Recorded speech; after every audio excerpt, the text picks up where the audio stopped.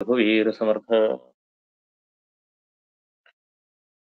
थोडा उशीर झालाय सुरू करायला, पण तुकारामाचे किमान 3-4 तरी अभंग बघूया. वेगळ्या पद्धतीचे आहेत आजचे अभंग. आपण आता तुकारामाची धाटणी तुम्हाला माहित झाली असल्यामुळे कळायला काही त्रास पडणार नाही अजिबात. तुकारामांचं जे कवित्व होतं, कवित्व म्हणजे अभंग करण्याची वृत्ती, अभंग लिहिण्याची वृत्ती, ही काही त्यांनी फॅशन म्हणून पुढे प्रसिद्ध करायसाठी असं केलंच नव्हतं. आतून प्रेरणा झाली. त्यांच्या आधी अभंग करतच होते. अभंगाची सुरुवातच ज्ञानदेव आणि नामदेवांनी केलेली आहे. मराठी वाङ्मयामध्ये अभंगाची सुरुवात ज्ञानेश्वरांनी, निवृत्तीनाथांनी आणि नामदेवांनी केलेली आहे.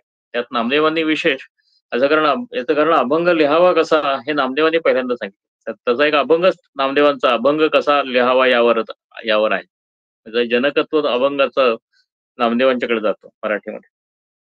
पण ज्ञानेश्वरांनी पण अभंग लिहिले, निवृत्तीनाथांनी पण अभंग लिहिले. कारण अभंगाचं मीटर असं फ्री आहे, असं असं त्याला काही बंधन नाही आहे, हे असंच व्हायला पाहिजे तसंच. यमकाचं थोडं बंधन आहे, पण ते फारच असं सहजपणानं कुणालाही करता येईल अशा पद्धतीचं अभंगाची रचना आहे. त्यावेळी त्याला ते कवित्व अभंग करणे याला कवित्व असं त्या काळात म्हणत असत. आजची सारखी ते आधुनिक कविता आलेली नव्हती, तेव्हा जी काय कविता असेल, जे काय लेखन असेल ते परमेश्वराच्या संदर्भातलंच व्हायचं. आणि कवित्व करणाऱ्याला मान पण त्या काळात सुद्धा मिळत असे. तुकारामांचं जे कवित्व आहे, अभंग रचना आहे, ही त्यांना गुरुकृपा झाल्यानंतर स्वप्नात येऊन जो दर्शन दिलं त्यांना चैतन्याने, बाबाजी चैतन्य, तर त्यानंतरच्या काळामध्ये नामदेवांनी विठ्ठलाला बरोबर घेऊन त्यांना स्वप्नात दृष्टांत दिला की तू अभंग रचना कर. आणि काय जे माझं 1 कोटी अभंगांचं हे होती प्रतिज्ञा, तर ती थोडी तू उरलेली तू पूर्ण कर. उरले ते शेवटी लावीत तुका, असं म्हणून त्यांनी सांगितलं. तर माझी प्रतिज्ञा तू पूर्ण कर, हे एका बाजूला. आणि तुझ्या अभंगाच्या शेवटी तुका म्हणे असं म्हणायचा अधिकार सुद्धा नामदेवांनी त्यांना दिला. सिग्नेचर करायचा अधिकार, सही करायचा अधिकार अभंगाच्या शेवटी हा आपण नामदेवानीच विठ्ठल मागं मिश्किलपणानं हसतोय असं फार सुंदर वर्णन तुकारामाने केलंय. आणि ते स्वप्नातून जागे झाले, ते कविताच करत सुटले, म्हणजे अभंग करत सुटले. अवघ्या 20 वर्षाच्या काळात 4,500 अभंग तुकारामांनी केले. एकापेक्षा एक ते सरस आहेत. आज निवडताना आपली पंचायत होऊन बसते, एवढे ते सरस अभंग आहे. या अभंगांचा प्रभाव इतका सखोल होता लोकांच्या मनावर, की लोक धर्म टिकला तो ह्या अभंग रचनांमुळे टिकला. आपलं जीव अर्पण करून सगळं शरीर अर्पण करून, मन धन तन सगळं अर्पण करून हे लिहिलेले अभंग आहेत. हे अभंग एका ठिकाणी त्यांनी लिहिलं पण आहे, असं कवित्व हे कोणी पण उठून करायची गोष्ट नाही आहे, असं तुकारामांनी लिहिलेलं आहे. याच्यासाठी आयुष्य पणाला लावायला लागतं, तर कविता होते, अभंग होतात. आज सुद्धा आपण घेण्यासारखी गोष्ट आहे. त्यामुळं त्या कवित्वाचा खोल परिणाम बहुजन समाजावर झाला. बहुजन समाज तसं वागायला लागला, त्या कविता पाठ करायला लागला, त्या कवितेप्रमाणे वागायला लागला आणि धर्म टिकला. पण समाजाचा जो अधिकारी वर्ग होता ब्राह्मण, त्यांना ते काय आवडत नव्हतं. त्यामुळं तुकारामांचं कौतुक खूप होत होतं, ब्राह्मणांना ते आवडत नव्हतं. आणि त्याचा परिणाम जो व्हायचा तो होऊन रामेश्वर भट्टांच्याकडे केस गेली, अंबाजी गोसाव्यांकडनं ती परत दिवाणी खटला केला आणि तुकारामाला अतिशय त्रास झाला. तो सगळा त्रास बऱ्याच वेळा त्यांनी केवळ अध्यात्म केलं म्हणून नाही, त्या कवितेमुळे त्यांना तो त्रास झाला. आज सुद्धा सरकारची नजर असते ती एखाद्या नाटककारावर, कवीवर पडते, कारण त्याचा प्रभाव समाजामध्ये खूप असतो. ते गुंडाच्या मागे लागणार नाही, पण कवीच्या मागे लागू शकतात, कारण कवीचा प्रभाव फार मोठा असतो समाजावर. तर तसाच तो होता.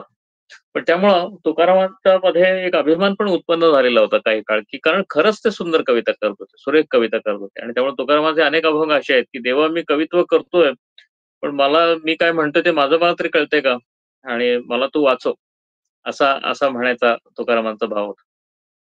ही पहिली कविता आहे, आज आपण ते अभंग घेणार आहोत, ती कवित्वाबद्दलची आहे. आणि ती एकाच वेळी नम्रता पण त्यांची सांगणारी आहे, आणि कवित्वाचा त्यांच्या जनक कोण हे पण सांगणारी आहे. बघा, करीतो कवित्व म्हणाल हे कोणी. कोणी म्हणेल की हा तुकाराम कवी झाला, आता कवित्व करतो.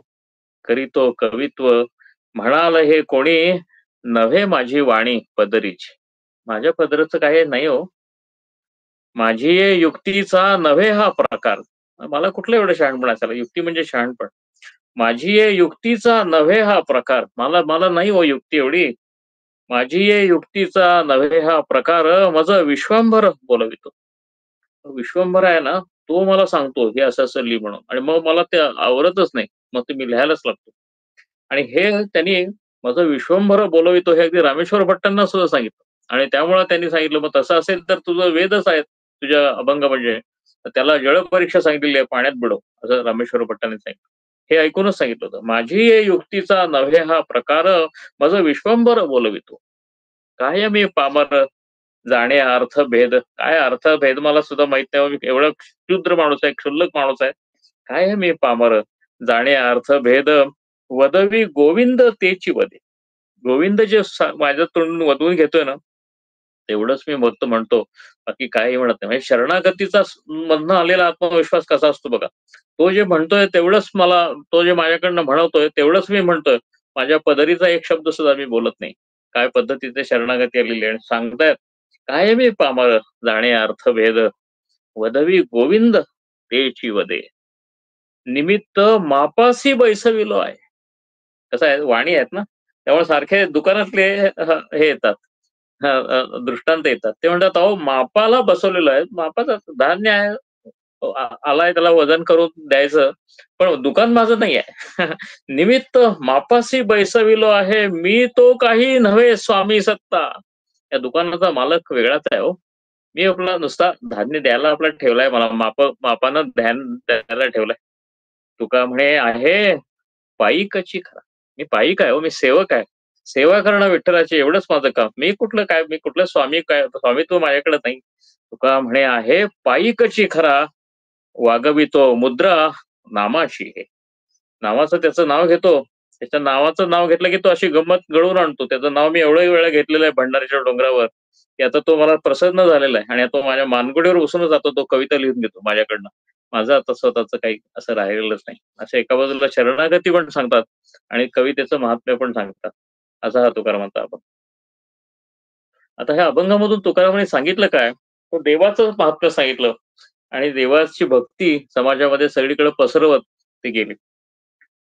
त्यातला एक अनुभव असा हा तुकारामांनी एका कवितेमध्ये सांगितलाय, अभंगात सांगितला. तो अभंग आता मी सांगणार आहे. या अभंगामध्ये अशी कल्पना केलेली आहे, की तुकाराम देव वाटत फिरायला लागलेले आहेत. वाणी आहेत.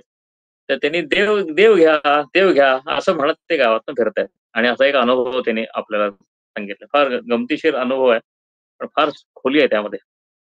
देव घ्या कोणी, देव घ्या कोणी, आयता आला घर पुसोने. घरावर आला विक्रेता, म्हणजे तुकाराम स्वतःच आहेत किंवा दुसरा कुठला विक्रेता असेल. देव घ्या हो, देव घ्या असा पाठीमध्ये देव घेऊन असं फिरायला लागलेला आहे. बघा वसंत असे रस्त्यावर जात असतात. देव घ्या हो, देव घ्या हो, देव घ्या हो असं म्हणत असतात. कोणी देव घेत नाही. असा अनुभव आहे हा. देव घ्या कोणी, देव घ्या कोणी, आयता आला घर पुसोनी. लोक काय म्हणतायत? देव न लगे, देव न लगे. आम्हाला नको हा देव, आम्हाला नको देव असं म्हणताय. देव न लगे, देव न लगे, साठवणेचे रुधले जागे. रुधले म्हणजे व्यापणं. रुधले म्हणजे व्यापणं म्हणजे जागा सगळं फार आमच्याकडं इतर स्टोरेज एवढं आहे, की ते देव घेतलं तर ठेवायला जागा नाही आमच्याकडे. तर देव नको तुमचा, असं लोक म्हणतायत. विक्रेत्याचा अनुभव सांगतायत हो तुकाराम. देव न लगे, देव न लगे, साठवण्याचे रुधले जागे. मग त्यामुळे काय झालं, कोणी घेईच ना. देवच कोणी घेईना. देवाचा भाव पडला, असं म्हणतात तुकाराम. देव खपेना झाला ह्या बाजारामध्ये. ह्या व्यवहाराच्या बाजारात देव खपेना झाला. कारण देवाला जो थोडा भाव द्यायला पाहिजे, तो भाव द्यायला कोणी तयार नाही. आणि मग देव घरात आला, तर तो ठेवून घ्यायला कोणी तयार नाही. याचं कारण साठवण्याचे रुधले जागे म्हणजे काय? साठवण्याला जागा नाही म्हणजे काय? हा तुम्ही लौकिक अर्थाने घेऊ नका. आमच्या हृदयामध्ये विषयाची वस्ती एवढी आहे, वासनांची वस्ती एवढी आहे, संसाराच्या इच्छांची वस्ती एवढी आहे, की देवाला तिथं जागा नाही, असं म्हणतात. प्रापंचिक काय म्हणतोय बघा, त्या प्रापंचिकाचं वर्णन आहे.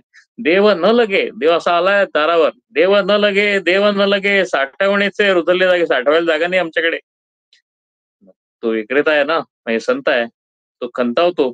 तो म्हणतो, देव मंदला, देव मंदला. देव मंदला म्हणजे काय? मंदी आली देवा, कारण ते देव कोणी घेईना. देव मंदला, देव मंदला, भाव बुडाला, काय करू? देवाचा भाव कमी झाला.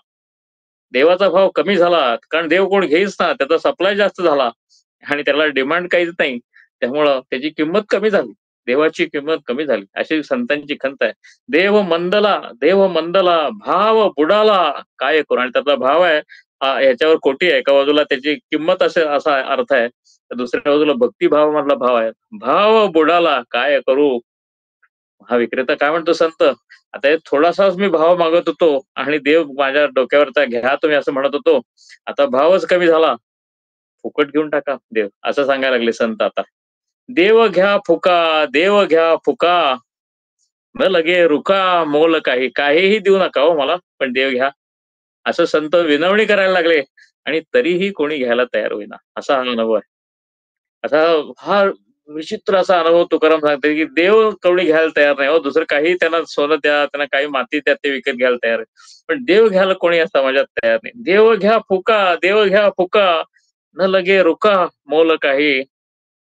तुकाराम म्हणतात, माझं स्वतःचं काय वेगळं आहे. पटकन तुकाराम स्वतःकडे कसं वळतात बघा. दुबळा तुका भावे वेणे. तुकाराम म्हणतात, माझं तर काय वेगळं आहे, मी देवाचा भाव दिलाय का थोडा? मी तरी देवाचा भाव कुठं दिलाय? हे कोण भाव देत नाहीत देवाला, अशी मी तक्रार करतोय. त्यातून मला हा अभंग सुचलाय. दुबळा तुका भावे विणे. मी तर कुठे भाव आहे? तर तो भाव, भक्तिपूर्ण भाव जे द्यायला पाहिजे, पूर्ण ओवाळून टाकायला पाहिजे, मी तर कुठे केलंय? दुबळा तुका भावे विणे, उधारा देव घेतला ऋणे.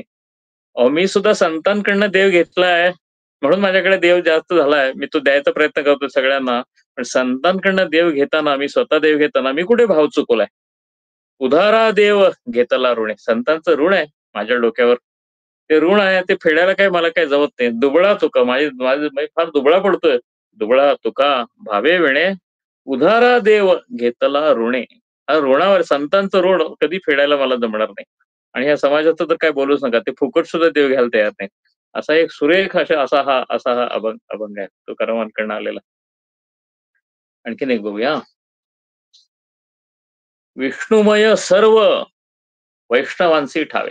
हा वैष्णव समाजातनं आलेला, पूर्ण भक्तीतून आलेला एक सूक्ष्म असा अहंकार आहे. पण त्यामध्ये तो अहंकार नसून तो एक भक्ताचा अभिमान आहे, असं मी त्याला म्हणेन. अहंकार म्हणता येणार नाही. विष्णुमय सर्व. विष्णुमय सर्व म्हणजे काय? सर्व जगच विष्णुमय आहे. हे फक्त विष्णूच्या भक्तांना कळतं, असं ते म्हणतात. कुठल्याही ज्ञानाला, व्याकरण तज्ञाला, तर्कटाला, अभ्यास करणाऱ्याला, वाचकाला, पंडिताला काहीही कळणार नाही म्हणले. ते आम्हाला फक्त कळतं, भक्तांना कळतं. विष्णुमय सर्व वैष्णवांसी ठावे, येरांनी वहावे भार माथा.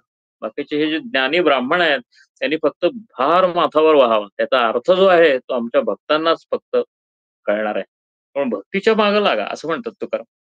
विष्णुमय सर्व वैष्णवांसी ठावे. विष्णू सहस्त्रनाम तुम्ही वाचलं असेल, तर त्यामध्ये पहिला पहिला जो उच्चार आहे ना, विश्वम असा आहे.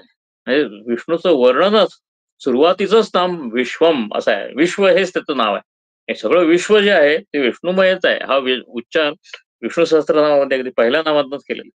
विष्णुमय सर्व वैष्णवांसी ठावे, हेरांनी वहावे फार माथा. साधने संकटे सर्वा लागी सीण. इतर साधनं आहेत ना भक्ती सोडूनची, ते तप असू दे, जप असू दे, काही असू दे, म्हणजे काय तीर्थाचं यज्ञ, याग, पतंजलीचा समाधी योग असू दे, किंवा शंकराचार्यांचा ज्ञान योग असू दे, साधने संकटे सर्वा लागी सीण. काय सीण आहे म्हणते ते, फक्त काही काही त्यातनं हातात पडणार नाही. व्हावा लागे क्षीण अहम, अहम भाव. तुमचा अहमभाव जर क्षीण झाला नाही, तर काही कसल्याही साधनाचा काहीही उपयोग नाही. आणि इतर साधनं जी आहे ती अहंकाराच्या द्वाराच केली जातात, त्यामुळे अहंकार पुष्ट होत जातो. भक्ती हे साधनच असं आहे की अहंकार गुंडून ठेवावा लागतो, त्याशिवाय भक्ती शक्य होत नाही. त्यामुळे इतर जे याला ज्ञान म्हणतात ते ज्ञान आपसुकच भक्ताला होत असतं, कारण त्याचा अहंकार गुंडून ठेवल्याशिवाय, गुंडाळून ठेवल्याशिवाय त्याला देवाचे चरण भेटतच नाही. त्यामुळे साधने संकटे सर्वा लागी सीण, व्हावा लागे क्षीण अहमभाव. हा अहमभाव, हा अहमभावामधला भाव म्हणलाय. आणि मग पुढचं पटकन म्हणलंय, भाव हा कठीण वज्र हे भेदवे. हा अहंकार असा आहे, हा फार कठीण आहे. एक वेळ एखादं वज्र, इंद्राचं वज्र म्हणतात, इंद्राचं वज्र फार कठीण, सगळ्यात कठीण अस्त्र कोणतं असेल तर म्हणून म्हणून तर वज्राहार असं म्हणतात ना, वज्राघात असं म्हणतात. वज्राचा आघात झाला की तुटायलाच पाहिजे. सगळ्यातली कठीणातली कठीण गोष्ट इंद्राच्या वज्रामुळे तुटली पाहिजे. ते इंद्राचं वज्र आहे ना, ते तुटेल हो एक वेळ. तुकारामांनी काय उपहास केलाय बरं. इंद्राचं वज्र तुटेल, पण अहंकार तुटणार नाही. भाव हा कठीण वज्र हे भेदवे. अहंकार एवढा अवघड असतो तुटायला, की इंद्राचं वज्र एक वेळ सॉफ्ट म्हणायची पाळी, एवढा अहंकार कठीण असतो माणसाचा. भाव हा कठीण, भाव म्हणजे अहंभाव. अहंभाव हा कठीण, वज्र हे भेदवे, परी न छेदवे मायाजाळ. अहंकार हा भेदायला कठीण काय, वज्रापेक्षाही कठीण काय भेदायला, कारण हा अहंकार हेच मायेचं स्वरूप आहे. आणि हे इतकं सखोल ज्ञान एका भक्तानं दिलेलं आहे, की अगदी मस्तक नम्र व्हावं म्हणजे किती नम्र व्हावं. दासबोधातली याला सांगणारी एक ओळ अशी आहे, की आणि अगदी पॅरलल म्हणजे हीच पण रामदास वेदांती होते. 17 पद्धतीच्या गीता वाचून मग लिहिलेला दासबोध आहे. दासबोधाच्या पहिल्याच समासामध्ये त्यांनी वाचलेल्या पुस्तकांची यादी यादी आहे. किती पद्धतीच्या गीता त्यांनी वाचल्या, काय उपनिषद वाचली, कोणती पुराणं वाचली, सगळी यादी त्यांनी रेफरन्सची यादी आधीच देऊन टाकली पहिल्या समासामध्ये. हे सगळं झाल्यानंतर जे रामदासांना झालेलं ज्ञान आहे, ते आमच्या तुकारामांना केवळ भागवताची पारायण करून झालेलं आहे. रामदासांनी असं म्हटलेलं आहे, की अहमचे स्फुरण, अहमचे स्फुरण म्हणजे मी आहे, असं जे आतून वाटतं, अहमचे स्फुरण हेची मायेचे लक्षण, असं दासबोधामध्ये म्हटलं. त्याचा बरोबर अनुवाद, भाव हा कठीण, वज्र हे भेदवे, परी न छेदवे माया जाळ. मायेचं जाळ आहे हो. त्या मायेच्या जाळ्यानं वेढून टाकलेल्या माणसांनाच तो अहंकार आहे तो असा. आणि मी आहे, हे जग आहे, मी आहे, आता मी काय करू? असा प्रश्न येतो. हा अहंकार जो आहे तेच मायेचं लक्षण आहे. आणि त्यामुळे ज्ञान तुम्हाला पाहिजे असेल तर मायेचं पडळ बाजूला करायचं म्हणजे काय? काही नाही, अहंकार बाजूला करायचा. तो भक्तीच्या मार्गानं समर्पित करून टाकायचा पांडुरंगाच्या पावलापाशी, की तुम्हाला ज्ञान झालंच पाहिजे. असं इतर साधनांना तोडीस तोड असं उत्तर तुकाराम भक्तीपंथ देत. भाव हा कठीण, वज्र हे भेदवे, परी न छेदवे माया जाळ. तुका म्हणे वर्म भजनेची सापड. ते वर्म जे आहे ना, तो पांडुरंगाचं वर्म आहे ते केवळ भजनामुळेच सापडणार आहे असं सांगतात. तुका म्हणे वर्म भजनेची सापडे, येरासी तो पडे ओच दिशा. बाकीचे इयर जे आहेत इतर साधनांना आहेत, त्यांना कितीही दिशांनी ते पांडुरंगाच्या शोधार्थ भटकू देत, त्यांना सगळ्या दिशा ओस पडलेल्याच दिसतील. पण वैष्णवांना मात्र जग सगळं विष्णुमय दिसेल. असं असा भक्ती माध्यमाचा, भक्ती साधनाचा श्रेष्ठत्व तुकाराम सांगतात. अजून एक आपण कविता, एक अभंग घेऊया आणि थांबूया. हा अभंग, हा प्रत्येक साधकाला एक शंका मधनं जातच असतो प्रत्येक साधक. तुकाराम शंकेमधनं जात असताना कसे व्याकुळ झालेले आहेत त्या अभंगात तुम्हाला दिसेल. करीसी की न करीसी माझा अंगीकार. माझा तू अंगीकार करणार आहेस का, मला तू स्वीकारणार आहेस का नाही, काय कळत नाही. म्हणजे अँझायटीचं स्वरूप काय बघा, म्हणजे हे मिळणार आहे का नाही, ते मिळणार आहे का, इथं ऍडमिशन मिळणार का नाही, तिथं ऍडमिशन, हे नोकरी मिळणार, प्रमोशन, असलं काय नाही आहे. करीसी की न करीसी माझा अंगीकार, हा माझा पडीला विचार देवा. मी एकच गोष्टीचा विचार करतो, की देव माझा स्वीकार करणार आहे का नाही करणार आहे, एवढीच एक चिंता लागून राहिली. देसी की न देसी पायांचे दर्शन, म्हणून मन स्थिर नाही. नाही, एकमेव दुःख जगण्यातलं जे काय असेल तर पांडुरंगानं स्वीकार न करणे हेच दुःख आहे. पांडुरंगाचे पाय न दिसणे हेच दुःख आहे, हेच अस्थैर्याचं कारण आहे, हेच अँझायटीचं कारण. बाकी काहीही लौकिक कारणच आता उरलेलं नाही.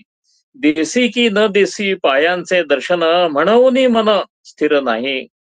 बोलसी की न बोलसी माझं सवे देवा, तू माझ्याशी बोलशील का न बोलशील, असा जो प्रश्न पडलाय. म्हणून या जीवा भय वाटे. मला भीती एवढीच वाटते, की तुझं माझं बोलणं जे आज चाललेलं आहे, कायम आता संवाद चाललाय विठोबा तुझ्या बरोबर, तो संवाद बंद पडला तर माझं काय होईल, एवढीच एक मला भीती आहे. बोलसी की न बोलसी मज सवे देवा, म्हणून या जीवा भय वाटे. होईल की न होय तुझं माझा आठव, तुला माझी आठवण येईल का नाही, एवढा एकच काळजी आहे. होईल की न होय तुझं माझा आठव, पडीला संदेह हाची मज. एक शंका असते आयुष्यामध्ये, तर आता ती तेवढीच उरली, की परमेश्वराला माझी आठवण उरली आहे का नाही उरली, एवढी एकच शंका आहे. तर मग तुकाराम असा शेवट करतात, तुका म्हणे मी तो कमाईचे हेण. समजा आमची पुण्यच जर संपली असली, काय करणार, काय परमेश्वराला आमचा आठव कुठून येणार. त्याच्यापेक्षा परमेश्वराची आठवण आपणच करत करत करत हा जन्म काढलेला बरा. परमेश्वराला आपली आठवण व्हायला बहुतेक अनेक जन्म लागतात. कारण तुका म्हणे मी तो कमाईचे हिण.